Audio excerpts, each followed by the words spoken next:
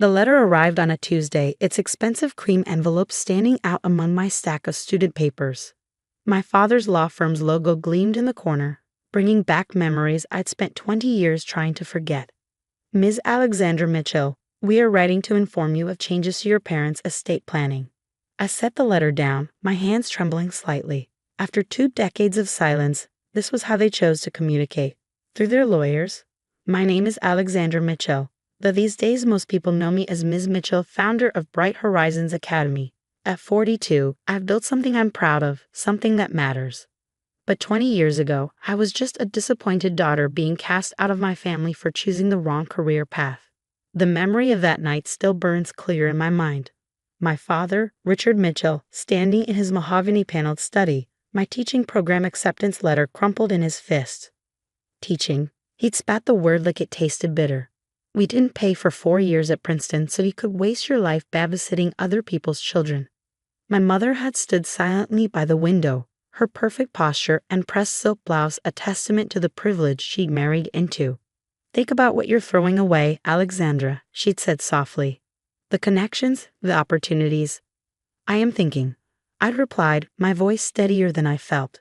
I'm thinking about making a difference, about helping children learn and grow. Spare me the idealistic nonsense, my father had cut in. If you want to throw away your potential, fine, but don't expect us to support this phase. He torn the acceptance letter in half, letting the pieces flutter to his imported Persian rug. Choose now. Either join the firm as planned or leave with nothing. I'd chosen nothing. Now, 20 years later, I stared at the law firm's letter, wondering what could have prompted this sudden contact. I'd heard bits and pieces about my family over the years, mostly through old school friends. My father had expanded his firm, opened offices in 3 more cities. My mother still chaired the hospital board's charity committee. They'd written me out of their will years ago, a fact they'd made sure reached me through mutual acquaintances. Ms. Mitchell, my assistant Jenny, poked her head into my office. The parent council meeting starts in 5 minutes. I tucked the letter into my desk drawer. Whatever my parents wanted could wait. I had a school to run. Bright Horizons Academy hadn't started as a grand vision. After leaving home that night with nothing but a backpack and my savings, I completed my teaching certification and taken a job at an inner-city public school. The challenges there, underfunding, overcrowding, students falling through the cracks, had sparked an idea. What if education could be different? What if we could create a school that combined academic excellence with emotional intelligence, that taught not just subjects but life skills? It had started small tutoring sessions in my tiny apartment, then after-school programs in a rented church basement. I'd worked 3 jobs to save money, lived on ramen noodles and determination.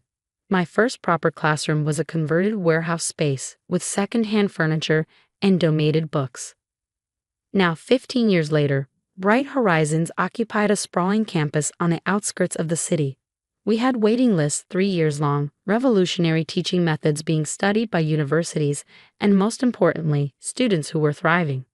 The parent council meeting that morning was about our latest expansion plans. We needed more space, more resources to accommodate the growing demand. Parents sat around the conference table, doctors, business owners, community leaders, all united in their commitment to educational innovation. The new STEM wing will cost approximately $12 million, I explained, pulling up the architectural renderings. But it will allow us to double our science and technology programs. And the funding, Dr. Carter, one of our longtime board members, asked. I smiled. Already secured. The Mitchell Education Foundation has been busy. That was the irony my parents had never bothered to discover. While they'd been mourning their daughter's wasted potential in teaching, I'd built something bigger than they could have imagined. The Mitchell Education Foundation, funded initially through my tutoring income and eventually through grants and donations, had grown into a powerful force for educational change. After the meeting, I finally opened my father's law firm's letter completely. The language was formal, detached. Recent changes in your parents' estate planning necessitate a review of certain arrangements.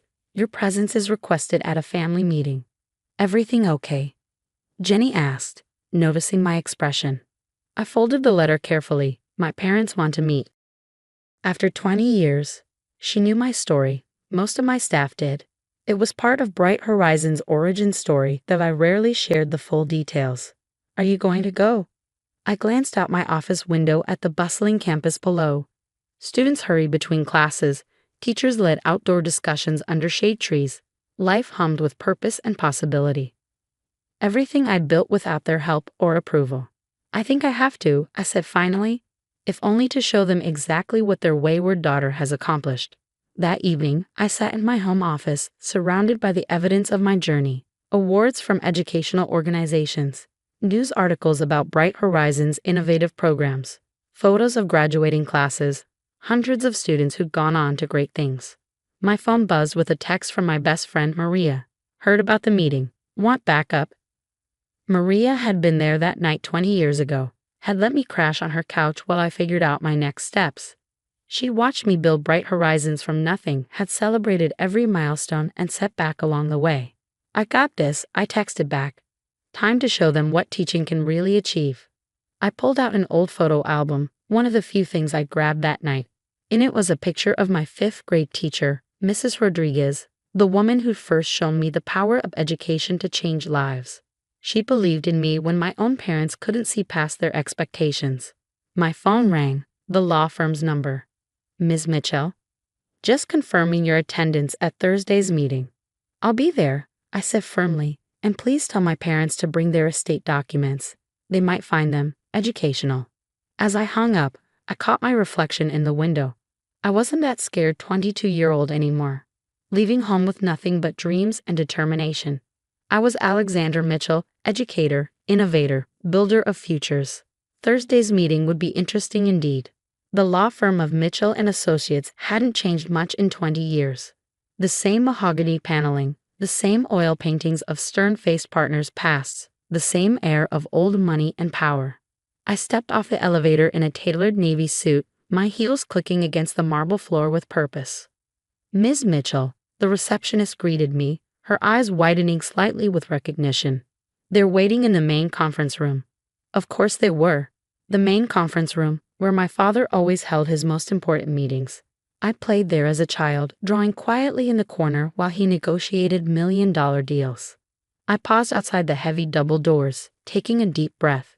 Through the frosted glass, I could see 3 silhouettes, my father, my mother, and someone I assumed was their lawyer. Alexandra, my mother spoke first as I entered, her voice carrying that familiar note of careful control. She aged well, her silver hair elegantly styled, her posture still perfect. You look successful. Hello, Mother. Father. I took a seat across from them, setting my briefcase on the polished table. Shall we discuss why I'm here after 20 years of silence? My father cleared his throat, looking uncomfortable for the first time I could remember. We've been reevaluating certain decisions. Indeed. I raised an eyebrow. And what prompted this reevaluation? Their lawyer, a thin man with wire-rimmed glasses, shuffled some papers.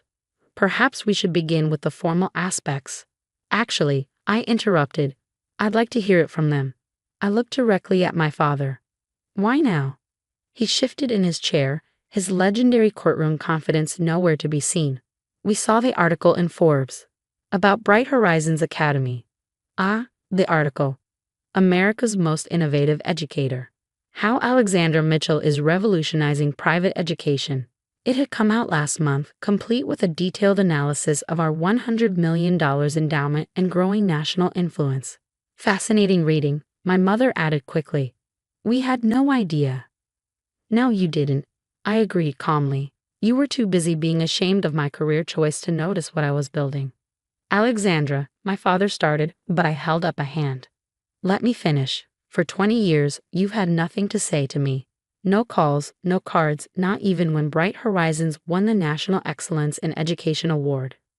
Not when we opened our second campus, not when the governor appointed me to the State Education Board. I pulled out my tablet, bringing up our latest financial reports. Would you like to know what your wastrel daughter has been doing while you were pretending she didn't exist? Without waiting for an answer, I began presenting the numbers. Our annual budget, our expansion plans, our scholarship programs. The foundations we'd established, the lives we changed, the future we were building. The Mitchell Education Foundation currently manages assets of over $150 million, I concluded. We've sent over 3,000 students to college who might never have had the chance otherwise. And yes, Father, some of them even became lawyers. The silence that followed was deafening. My mother dabbed at her eyes with a monogrammed handkerchief. My father stared at the financial reports, his expression unreadable. "Why didn't you tell us?" he finally asked. I laughed, though there was no humor in it. "Tell you? You made it very clear that teaching was beneath the Mitchell family dignity, that I was throwing my life away. Why would I come back to report my success to people who couldn't see the value in education?" "We were wrong," my mother said softly. It was the first time I ever heard her admit to a mistake. "We were so focused on the path we chosen for you, that you missed the path I chose for myself," I finished. "The path that's helped thousands of students find their own way." The lawyer cleared his throat again. "Perhaps now we should discuss the estate changes." I turned to him, my voice steady. "No need. I've seen the documents you sent. You want to add me back into the will, make me a heir again now that I've proven myself worthy of the Mitchell name." My father leaned forward. "Alexandra, please, we're trying to make things right." "Make things right?" I opened my briefcase and pulled out a folder. "These are the names of every student who's graduated from Bright Horizons in the past 15 years. Their stories, their achievements, their dreams. This is what making things right looks like." I stood up, smoothing my skirt. "Keep your money. I've built something far more valuable than your estate could ever be." "Wait," my mother called as I reached the door. "The gala next month, the hospital's annual fundraiser. Would you consider attending? As my guest?"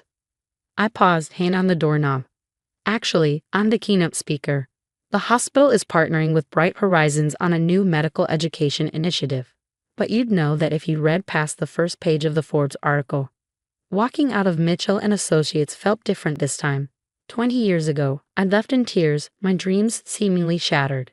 Now I left with my head high, knowing exactly who I was and what I'd achieved. My phone buzzed as I reached my car. A text from Jenny. "Emergency at school. Mrs. Thompson's advanced chemistry class accidentally created foam that's taking over the science lab." I smiled, already turning toward Bright Horizons. This was where I belonged, dealing with exploding experiments, inspiring young minds, building future leaders. But life has a way of surprising you. 2 days later, a package arrived at my office. Inside was my original acceptance letter to the teaching program, the one my father had torn in half. The pieces had been carefully taped together and framed along with a note. "We saved it. Even when we couldn't understand your choice, some part of us must have known you would prove us wrong. We are sorry. And we are proud." It wasn't forgiveness. Not yet. That would take time, trust, and probably more than a few uncomfortable family dinners. It was acknowledgement of my choices, my success, my vision. I hung the framed letter in my office, next to our first student's college acceptance letter. Both represented the same thing: the power of believing in yourself when no one else does. The following week, I received another surprise. My father had nominated Bright Horizons for the city's Business Excellence Award. My mother had joined our parent advisory board. Small steps, but steps nonetheless. During our next board meeting discussing the new STEM wing, Dr. Carter mentioned seeing my parents at a recent education fundraiser. They couldn't stop talking about their daughter, the educational innovator, he said with a smile. "Funny how things change," I replied, but I was smiling too. That evening, standing in front of my office window watching students leave for the day, I thought about legacy. My parents had wanted me to continue their law firm legacy. Instead, I built my own, one that would impact generations to come. A knock at my door interrupted my thoughts. A student, Emma, one of our scholarship recipients, stood there clutching a college acceptance letter. "Ms. Mitchell." I got in, just like you said I would. I hugged her, remembering my own dreams at her age. "I never doubted you for a second." After she left, I sent a text to my parents. "Student just got into Princeton. Guest teaching has its moments." Their reply came quickly. "Dinner this weekend? We'd love to hear all about it." Sometimes the greatest victory isn't proving others wrong. It's proving yourself right. And sometimes the hardest people to teach are the ones who think they already know everything. I picked up my bag, ready to head home. Tomorrow would bring new challenges, new opportunities, new chances to make a difference. That's what education is all about, not just learning from the past, but building toward the future. And my future? It was exactly where I'd always wanted it to be, in a classroom, changing lives one student at a time.